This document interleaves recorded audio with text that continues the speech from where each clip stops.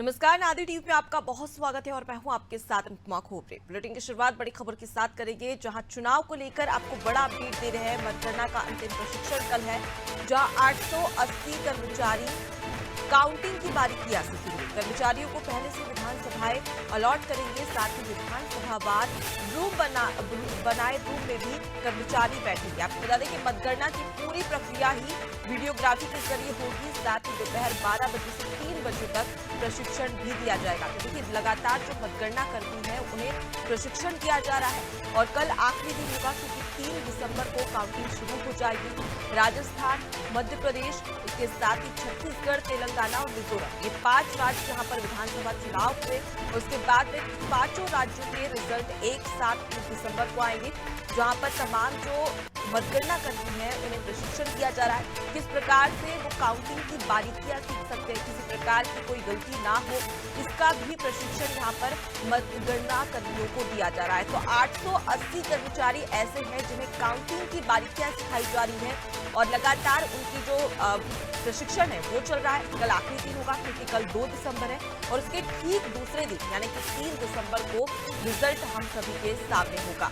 ऐसे में विधानसभा वार बनाए रूम में भी कर्मचारी बैठेंगे, साथ ही मतगणना की पूरी प्रक्रिया की वीडियोग्राफी भी की जाएगी। देखिए, वेबकास्टिंग लगातार की जा रही है। हम स्ट्रांग रूम की बात करें, स्ट्रांग रूम को लेकर भी वेबकास्टिंग की जा रही है, जिसमें लगातार नजर रखी जा रही है सीसीटीवी कैमरे से कि किस प्रकार से वहां मतगणना में मतदान पेटियां जो है और उसके साथ ही साथ ईवीएम मशीन से कोई छेड़छाड़ ना कर सके। हालांकि ऐसे कुछ मामले भी सामने आए हैं जिस पर निर्वाचन आयोग ने एक्शन भी लिया है। लेकिन अगर हम मतगणना की बात कर ली जाए तो देखिए, इसकी तैयारियां पूरी हो चुकी है। सुरक्षा के पुख्ता इंतजाम तो किए ही गए हैं, साथ ही जिस पर सभी की नजरें रहती है वो 880 कर्मचारी जो कि काउंटिंग करेंगे, उन्हें काउंटिंग की बारीकियां सिखाई जा रही है। कर्मचारियों को पहले से विधानसभाएं अलॉट कर दी गई है, कौन से विधानसभा में कौन सा कर्मचारी काउंटिंग करेगा और काउंटिंग में किसी प्रकार की गलती ना हो और किसी प्रकार की त्रुटि ना हो, इसके लिए कर्मचारियों को ये गुण सिखाए जा रहे हैं कि किस प्रकार से वो एक एक बात का ध्यान रखकर काउंटिंग यानी कि मतगणना शुरू कर सके। देखिए, जो जितना भी खेल होता है वो सिर्फ मतगणना का होता है और 1-2 वोट से भी कई बार ऐसा होता है कि प्रत्याशी जीत जाते हैं या हार जाते हैं, यानी कि एक एक वोट काफी मायने रखता है और ऐसे में किसी प्रकार की चूक ना हो, भूल ना हो, इसके लिए 880 कर्मचारियों को काउंटिंग की बारीकियां सिखाई जा रही है। ज्यादा जानकारी लेके हमारे साथ में संवाददाता विवेक जुड़ गए। विवेक, मतगणना का अंतिम प्रशिक्षण कल है, इस दौरान जो तमाम कर्मचारी है जो काउंटिंग करने वाले हैं उन्हें किस प्रकार से प्रशिक्षण दिया जा रहा है? देखिए, मतगणना को लेकर 2 राउंड की ट्रेनिंग पूरी हो चुकी है और अब रेमेडाइजेशन होना बाकी है, यानी कि किस प्रकार की काउंटिंग होनी है, कौन से कर्मचारी कहाँ पे किस स्तर पे जाके मतगणना में शामिल होंगे, P1 ऑफिसर की भूमिका क्या रहेगी, इसके अलावा लेखापाल अधिकारी क्या करेंगे, इन तमाम विषयों को लेके अब ये स्टेबलाइजेशन करने की कोशिश जिला स्तर पर होगी ट्रेनिंग के बाद। और इसके बाद ड्यूटी लगा दी जाएगी और 2 तारीख को ही पास दे दिया जाएगा, जिससे वो स्ट्रांग रूम में जाकर सुबह से ही मतपत्र के बाद ईवीएम खोल सकेंगे और ईवीएम की गणना शुरू हो जाएगी। और इसके अलावा न सिर्फ ईवीएम की गणना बल्कि मध्य प्रदेश के चुनाव को लेकर जो भूमिका कर्मचारियों की रहेगी उसको लेकर ये आज की एक अलग से जिला स्तर पर बैठक बुलाई गई है। उसमें ये तय हो जाएगा कि आखिर कितने कर्मचारी लगेंगे, कितने कर्मचारी रिजर्व में रखे जाएंगे, जिससे चुनाव में किसी तरह की कोई गड़बड़ी ना हो।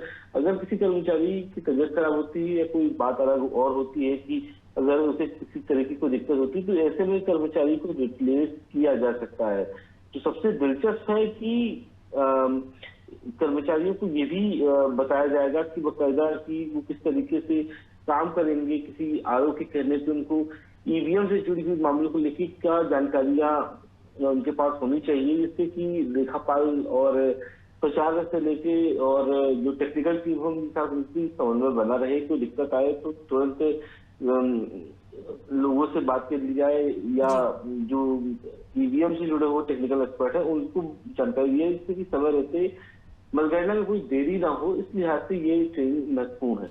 जी, विवेक, आपसे ये भी जानना चाहेंगे कि क्योंकि जिस प्रकार से इन्हें प्रशिक्षण तो दिया जा रहा है ईवीएम को लेकर और मतदान पत्र को लेकर, लेकिन अगर हम सबसे पहले बात करें तो क्या इसके नियम भी पालन करने के लिए कर्मचारियों को बाधित किया गया है कि अगर वो एक बार मतगणना केंद्र में पहुंच गए तो उसके बाद वापस कब आ सकते हैं? क्या किसी अन्य व्यक्ति से भी इस दौरान, काउंटिंग के दौरान बातचीत की जा सकती है? उन्हें इस दौरान अगर वो मतगणना केंद्र में पहुंच जाते हैं तो कौन कौन से नियम फॉलो करने पड़ेंगे?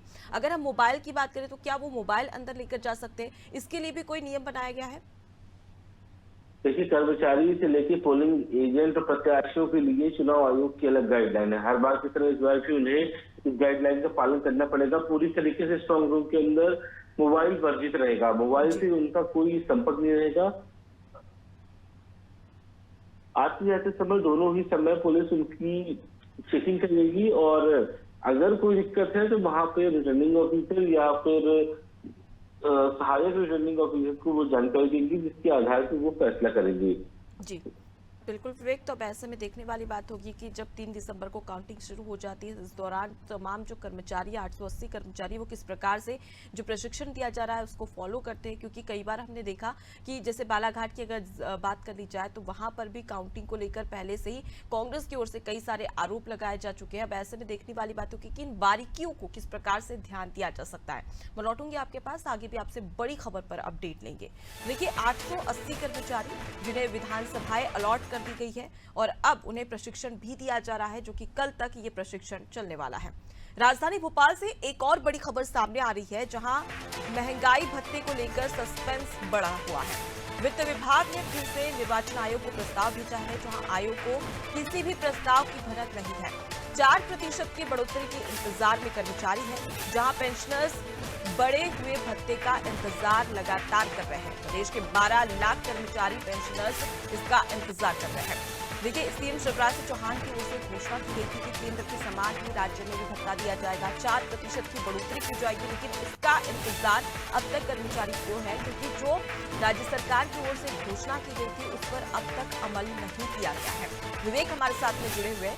विवेक, किस प्रकार की प्रतिक्रिया आ रही है कर्मचारियों की, क्या कुछ कहना है? क्योंकि लंबे समय से वो इंतजार कर रहे थे, तो तकनीकी खामी की वजह से उनसे संपर्क नहीं हो पा रहा है। फिर से कोशिश करेंगे संपर्क साधने की, उसके साथ ही साथ ये जानने का भी प्रयास करेंगे कि आखिर कर्मचारी इसको लेकर क्या कुछ प्रतिक्रिया दे रहे हैं, क्या उनके मन में है राज्य सरकार के लिए, साथ ही राज्य सरकार क्या इस पर कब तक फैसला ले सकती है, ये भी जानने की कोशिश करने वाले हैं। देखिए, 4% की बढ़ोतरी के इंतजार में लगातार जो कर्मचारी है, पेंशनर्स है मध्य प्रदेश के, वो लगे हुए हैं, क्योंकि राज्य सरकार की ओर से एक आश्वासन उन्हें दिया गया था कि 4% महंगाई भत्ता बढ़ाया जाएगा। विवेक हमारे साथ में जुड़े हुए। विवेक, बात कर ली जाए 4% महंगाई भत्ता बढ़ाने की, तो कर्मचारियों की किस प्रकार की प्रतिक्रिया आ रही है? क्योंकि काफी लंबा इंतजार यहाँ पर कर्मचारियों और पेंशनर्स को करना पड़ रहा है। बिल्कुल, कर्मचारियों की आशा थी कि भले ही चुनाव आयोग की तरफ से आचार संहिता लगी है, लेकिन कर्मचारियों के मामले में आयोग का रवैया बेहतर रहेगा। यानी कि कर्मचारियों को अगर कोई फायदा पहुंचाया जा सकता है तो वो उन्हें जारी रहेगा। लेकिन चुनाव आयोग के पास जो प्रस्ताव भेजा गया था उससे कोई राहत मिली नहीं है। केंद्र सरकार के बाद राज्य सरकार ने भी 4% डियरेंस अलाउंस यानी कि डीए बढ़ाने को लेकर प्रस्ताव भेजा था, लेकिन चुनाव आयोग की तरफ से कोई जवाब नहीं आया। अब ये माना जा रहा है कि 2 से 3 दिन ही बचे हुए हैं, इसके बाद आचार संहिता खत्म हो जाएगी। जो भी नई सरकार आएगी वो डीए को लेकर फैसला करेगी। और इस संबंध में कल भी कर्मचारी संगठनों ने मुख्य सचिव जो मौजूदा बनी हुई है उनके पास अतिरिक्त चार्ज बीआर राणा, कल उनसे मुलाकात कर उन्होंने ज्ञापन जरूर दे दिया है कि जल्द से जल्द 4% डीए बढ़ाया जाए, जिससे कर्मचारी को फायदा हो। अगर एक दूसरी बात ये भी थी कि अगर 17 तारीख से पहले यानी 17 नवंबर से पहले अगर डियरेंस अलाउंस बढ़ाया जाता तो आचार संहिता का उल्लंघन भी माना जाता। इस लिहाज से चुनाव आयोग ने अनुमति नहीं दी, लेकिन इसके बाद भी अनुमति न देना, ये चुनाव आयोग ने इसके पीछे की कारण बताई गई है कि आखिर क्यों डियरेंस अलाउंस उसके बाद भी नहीं दिया गया। अब कर्मचारियों को उम्मीद है कि नई सरकार यानी कि 3 से 5 तारीख के बाद जो भी सरकार का गठन होगा, सरकार शपथ लेगी, वो जरूर कर्मचारियों के इस पर फैसला करेगी। जी बिल्कुल विवेक, तो अब देखने वाली बात होगी कि राज्य सरकार इस पर कब तक फैसला लेती है। मैं लौटूंगी आपके पास, आगे भी आपसे बड़ी खबर पर अपडेट लेंगे। देखिए, महंगाई भत्ते को लगातार सस्पेंस बना हुआ है। कर्मचारी पेंशनर्स इस बात का इंतजार कर रहे हैं कि कब 4% महंगाई भत्ता बढ़ेगा, क्योंकि लगातार महंगाई और बढ़ती जा रही है। ऐसे में इंतजार है, और ये इंतजार कब तक होने वाला है, कितना लंबा होने वाला है, ये राज्य सरकार फैसला करेगी। एक और बड़ी खबर राजधानी भोपाल से सामने आ रही है, जहां कांग्रेस को ऑपरेशन लोटस का डर सता रहा है। विधायकों को लेकर टेंशन में कांग्रेस का संगठन है, जहां काउंटिंग के बाद कांग्रेस विधायकों की निगरानी करेगी। कई संभावित विधायकों के संपर्क में बीजेपी है, जहां संगठन की रिपोर्ट में विधायकों के संपर्क में बीजेपी है। 15 महीने में सरकार गिरने के बाद अब कांग्रेस पूरी तरीके से सतर्क हो चुकी है और चप्पे चप्पे पर नजर रखी जा रही है। यही वजह है कि तमाम जो विधायक है और जो कांग्रेस के प्रत्याशी है, उन्हें पहले से ही प्रशिक्षण भी दिया जा रहा है। उनकी निगरानी पहले से ही कांग्रेस की ओर से, पीसीसी चीफ की ओर से और पूर्व मुख्यमंत्री दिग्विजय सिंह की ओर से रखी जा रही है। विवेक हमारे साथ में लगातार जुड़े हुए हैं। विवेक, इतिहास ना दोहराया जाए, जो कि 2020 में दोहराया गया था बीजेपी की ओर से, और ऑपरेशन लोटस का डर। ऐसे में कांग्रेस क्या कुछ तैयारी कर रही है, क्या रणनीति अपना रही है अपने प्रत्याशियों को अपनी ओर रखने के लिए? देखिए, मध्य प्रदेश में तो कांग्रेस पहले से ही पूरी तरीके से एक्सपीरियंस होल्ड है, लेकिन महाराष्ट्र किसी से बात छुपी नहीं है। इससे पहले कर्नाटक में भी यही स्थिति बनी थी, और यही कारण है कि ऑपरेशन लोटस यानी 2020 में हुए मध्य प्रदेश सरकार के साथ ऑपरेशन लोटस की स्थिति इस बार 23 में ना बने। इसलिए कांग्रेस का डर स्वाभाविक है, और कांग्रेस के एक दिग्गज नेता ये जरूर कह चुके हैं कि दूध का जला हुआ भी छाछ फूंक फूंक कर पीता है। यानी कि अगर एक बार कोई गलती हो गई है तो दूसरी बार वो गलती दोहराने के मूड में कांग्रेस नहीं है, और यही कारण है कि ऑपरेशन लोटस कांग्रेस को जरूर टेंशन में डाल चुका है। और ऑपरेशन लोटस से बचने के लिए न सिर्फ मध्य प्रदेश के तमाम कांग्रेस के सीनियर लीडर, बल्कि स्थानीय स्तर पर ऑब्जर्वर से लेकर जिला अध्यक्ष तक मौजूदा प्रत्याशियों की निगरानी कर रहे हैं। निगरानी का मतलब ये है कि उनके मूवमेंट पर नजर रखी जा रही है। अगर वो किसी विपक्ष के नेता से मिलते हैं या फिर किसी बड़े दिग्गज नेता से मिलते हैं जो कांग्रेस के नहीं है, तो उनसे पार्टी आलाकमान को जरूर सूचित किया जा रहा है। और खासतौर पर जिम्मेदारी अगर दिग्विजय सिंह के पास है, तो दिग्विजय सिंह ऐसा कोई मौका नहीं छोड़ेंगे जिससे कि ऑपरेशन लोटस 2020 वाली घटना फिर से एक बार 23 में हो सके। और प्रत्याशियों को लेकर ये जरूर निर्देश दिए गए हैं कि जब ट्रेनिंग थी उस वक्त जो मौजूदा प्रत्याशी आए थे उनसे ये जरूर कहा गया था कि उनकी निष्ठा पार्टी के लिए होनी चाहिए। और ठीक इसी लिहाज से अब पूरी जिम्मेदारी कांग्रेस संगठन की ओर से सभी संभागवार नेताओं को दे दी गई है, जो प्रत्याशियों के संपर्क में रहेंगे।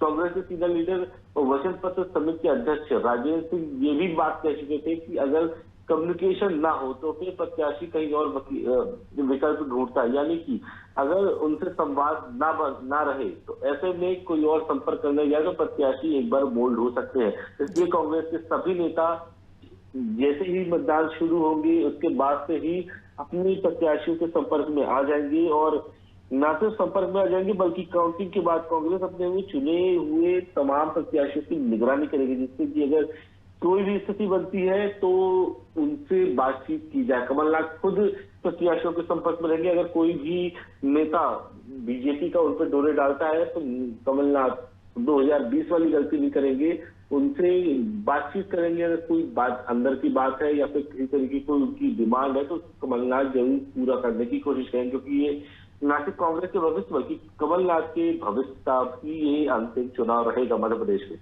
जी बिल्कुल विवेक, और जिस प्रकार से एग्जिट पोल सामने आते हैं जिसमें कांग्रेस बढ़त बनाए हुए है मध्य प्रदेश में, ऐसे में कांग्रेस का डर लाजमी होता है। लेकिन देखने वाली बात होगी कि बीजेपी क्या वाकई में उस प्रकार की स्ट्रेटेजी अपनाती है जैसे 2018 में देखने को मिला था। फिलहाल के लिए बहुत शुक्रिया तमाम जानकारी हम तक पहुंचाने के लिए। तो देखिए, कांग्रेस को ऑपरेशन लोटस का डर सता रहा है, और यही वजह है कि कांग्रेस अब तमाम जो प्रत्याशी है उन पर नजर बनाए हुए है, उनके संपर्क में लगातार बनी हुई भी है।